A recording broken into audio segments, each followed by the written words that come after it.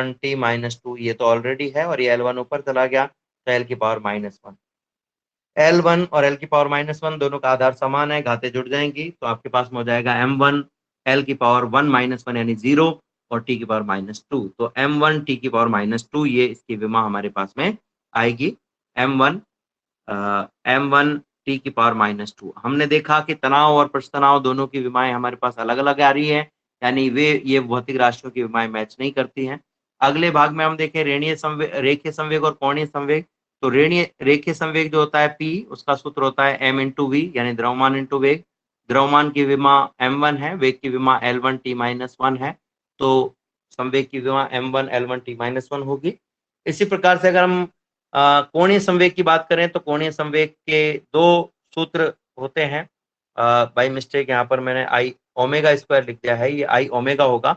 L बराबर आई omega, एक सूत्र तो इसका ये है, और दूसरा जो सूत्र है वो है संवेग इंटू लंबवत दूरी, जिसे हम L बराबर R क्रॉस P के द्वारा भी जानते हैं।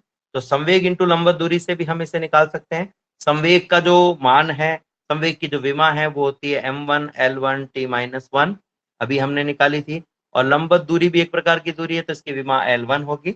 L1 आधार समान है, घातें जुड़ जाएंगी तो आ जाएगा M1 L2 t-1। तो ये रेखीय संवेग की जो विमा है उससे मैच नहीं कर रहा है, यानी कि हम कहेंगे रेखीय संवेग और कोणीय संवेग की विमा सेम नहीं है। इसी प्रकार से अगर हम कार्य और बलाघूर्ण की विमा निकालना चाहें तो कार्य जो होता है वो होता है बल गुणा विस्थापन। बल गुणा विस्थापन, बल की जो विमा है वो होती है M1 L1 t-2 और विस्थापन की विमा L1। L और L आधार समान है, घातें जुड़ जाएंगी तो हो जाएगा M1 L2 t-2। तो ये कार्य की विमा होगी M1 L2 t-2। अब अगर हम बलाघूर्ण की विमा निकालना चाहें तो बलाघूर्ण का सूत्र होता है बल गुणा बलों के मध्य की लंबवत दूरी। लंबवत दूरी हम यहाँ लेते हैं, ये लंबवत दूरी जो है ये भी एक प्रकार की दूरी है, तो बल की विमा M1 L1 t-2 है, जबकि लंबवत दूरी की विमा L1 है। L1 और L1 आधार समान है, घातें जुड़ जाएंगी M1 L2 t-2। तो यहाँ पर हम देख सकते हैं बलाघूर्ण की विमा और कार्य की विमा दोनों सेम आ रही है, यानी जो तीसरा आंसर है वो हमारे प्रश्न का सही उत्तर है। अभी तक चौथे को भी हम चेक कर लेते हैं, आवेग और प्लांक नियतांक। तो आवेग जो है उसको हम कहते हैं बल गुणा समय। बल गुणा समय से व्यक्त किया जाता है। बल की विमा M1 है, L1 t-2 है और समय की t1 है। t-2 और t+1 आधार समान है, घातें जुड़ जाएंगी तो हो जाएगा M1 L1 t-1। ये हमारे पास में आवेग की विमा आई है। अब अगर हम प्लांक नियतांक की बात करें तो हमने एक फॉर्मूला पढ़ा है H इज इक्वल टू संवेग P is equal to H nu, ये हमने ऑलरेडी पढ़ा हुआ। ऊर्जा इज इक्वल टू, संवेग बोल दिया मैंने बाय मिस्टेक, ऊर्जा E is equal to H nu. So H is equal to ऊर्जा E अपॉन न्यू। ये जो न्यू है इसको फ्रीक्वेंसी यानी आवृत्ति कहते हैं और E को ऊर्जा कहते हैं। तो प्लांक नियतांक का फॉर्मूला होगा ऊर्जा बटा आवृत्ति। अब ऊर्जा की विमा अगर हम देखें तो ऊर्जा की विमा जो होती है वो वही होती है जो कार्य की होती है, यानी M1 L2 t-2, और आवृत्ति की विमा होती है t-1। इसे ऊपर ले जाओ तो घात प्लस हो जाएगी तो आ जाएगा M1 L2 t-2 तो ऑलरेडी है और t+1 और -1 ऊपर आकर +1 हो गया, दोनों के आधार समान है, घातें जुड़ जाएंगी। -2 + 1 = -1 आपके पास में आ जाएगा। तो M1 L2 t-1 आप देख सकते हैं आवेग की विमा M1 L1 t-1 आई थी और प्लांक नियतांक की M1 L2 t-1 है, तो ये दोनों भी मैच नहीं करते हैं। यानी हम ये कह सकते हैं कि जो तीसरा ऑप्शन है जिसमें कार्य और बलाघूर्ण दिया गया है इन दोनों की विमाएं एक दूसरे के समान है, तो तीसरा ऑप्शन इसका सही उत्तर होगा। प्रश्न संख्या 7, दाब की विमा M1 L-1 t-2 है, इसका मात्रक हमें लिखना है, क्या होगा? मात्रक ज्ञात करना है, क्या होगा? देखिए दो तरीके से मात्रक ज्ञात किया जा सकता है।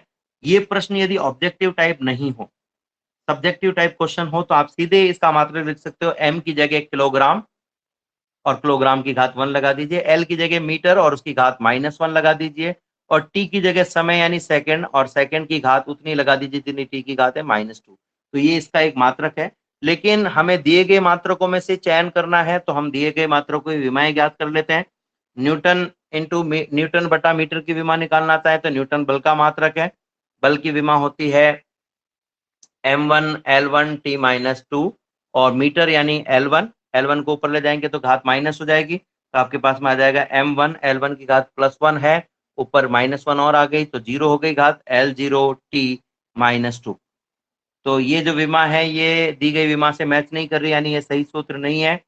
अब अगर हम अगला सूत्र देखें तो अगला है बल बटा क्षेत्रफल का सूत्र है, न्यूटन अपॉन मीटर स्क्वायर है। तो यहाँ पर न्यूटन यानी बल की विमा m1 l1 t माइनस 2 है, और क्षेत्रफल की विमा l2 है। इसे ऊपर ले जाएंगे, घात का चिन्ह बदल जाएगा, l की पावर -2 हो जाएगी, m की पावर 1, l की पावर 1, t की पावर -2 और l की पावर -2। l के आधार समान है, घातें जुड़ जाएंगी, m1 l +1 -2 = -1 t -2। तो हमारे पास में पावर आ गई है m1 l -1 t -2, जो कि दी गई विमा से मैच करती है, यानी ये इस दाब का सूत्र है। आगे के दोनों फॉर्मूले भी हम चेक कर लेते हैं कि क्या वो भी इसके सूत्र हो सकते हैं। तो अगला सूत्र है न्यूटन बटा मीटर इनवर्स।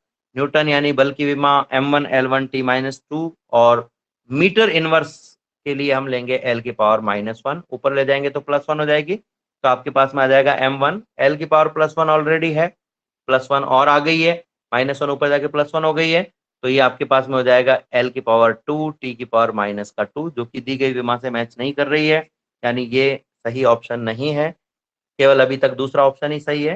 लास्ट वाले ऑप्शन में अगर हम देखें तो यहाँ l की पावर -2 की जगह -1 की जगह -2 लेना होगा, -1 की जगह -2 लेंगे तो ऊपर जाकर ये प्लस का 2 हो जाएगा, और यहाँ पर आपके पास में 3 आ जाएगा। तो ये भी जो विमा है वो दी गई विमा से मैच नहीं कर रही, यानी हमारा सही आंसर जो है वो दिया गया ऑप्शन तीसरा ऑप्शन ही सही आंसर है। अंतिम प्रश्न है इस क्विज अभ्यास का, निम्न में से किस राशि की विमा सही नहीं है, ये हमें चेक करना है। तो त्वरण की विमा हम जानते हैं l1 t -2 होती है। त्वरण का सूत्र भी हम जानते हैं, वेग में परिवर्तन की दर को त्वरण कहते हैं। तो वेग में परिवर्तन बटा समय अंतराल, वेग की विमा अगर हम वेग में परिवर्तन की विमा वेग के बराबर होती है, वेग की विमा होती है l1 t -1, और समय अंतराल की हो गई t1। इसे ऊपर ले जाएंगे तो घात का चिन्ह बदल जाएगा, और आपके पास में आ जाएगा l1 t -1 तो ऑलरेडी है, t की पावर 1 ऊपर जाकर के -1 हो जाएगी, इन दोनों का आधार समान है, घातें जुड़ जाएंगी, तो आपके पास में आ जाएगा l1 t -2। तो ये दी गई विमा के बराबर ही आ रहा है, इसका मतलब ये सही है। अगर हम आवेग की विमा की बात करें तो अभी हमने आवेग की विमा पिछले प्रश्न में निकाली थी, पिछले कुछ प्रश्नों में निकाली थी आवेग की विमा, उसको ही हम काम में लेंगे। तो आवेग की विमा हमने प्रश्न संख्या 6 के चौथे भाग में ज्ञात की है, जिसका मान हमारे पास में m1 l1 t -1 आया है। तो चेक कर लेते हैं क्या यही दी गई विमा है, तो बिल्कुल ये दी गई विमा के बराबर ही है, यानी ये विमा भी सही है। कोणीय संवेग की विमा भी हमने पिछले प्रश्न में निकाली है, तो उसको भी हम चेक कर लेते हैं। कोणीय संवेग की पिछले प्रश्न में जो हमने विमा निकाली थी वो भी प्रश्न संख्या 6 के दूसरे भाग में था। दूसरे भाग में कोणीय संवेग की विमा हमने निकाली है m1 l2 t -1। देखते हैं यहाँ क्या दी गई है। हमने निकाली थी m1 l2 t -1, और यहाँ पर है m1 l -1 t2, यानी कि ये जो दी गई विमा है ये गलत है। तो पहला जो विमा दी गई है वो सही है, दूसरी सही है, लेकिन तीसरी गलत है। चौथी विमा भी हम चेक कर लेते हैं। कार्य की विमा कई बार हम निकाल चुके हैं, कार्य की विमा m1 l2 t -2 होती है, और दी गई विमा भी m1 l2 t -2 है, तो ये भी एक सही आंसर है, यानी केवल तीसरा आंसर ही ऐसा आंसर है जो सही नहीं है। तो कभी कभी ये प्रश्न इस प्रकार से भी आ सकता है, निम्न में से किस राशि की विमा सही है, तो हम कहेंगे पहली, दूसरी और तीसरी राशि की विमा सही है। और अगर आता है किसकी विमा सही नहीं है, तो हम कहेंगे कोणीय संवेग की विमा सही नहीं है। तो इस प्रकार से इस वर्कशीट ये जो क्विज अभ्यास है इसे हम सॉल्व कर सकते हैं। उम्मीद करता हूँ दिया गया सॉल्यूशन आप सभी को के लिए लाभकारी रहेगा, आप सबकी मदद करेगा। यदि आपको इससे मदद मिलती है, आपको पसंद आता है, तो मेरे चैनल को सब्सक्राइब कीजिए और शेयर कीजिए। धन्यवाद।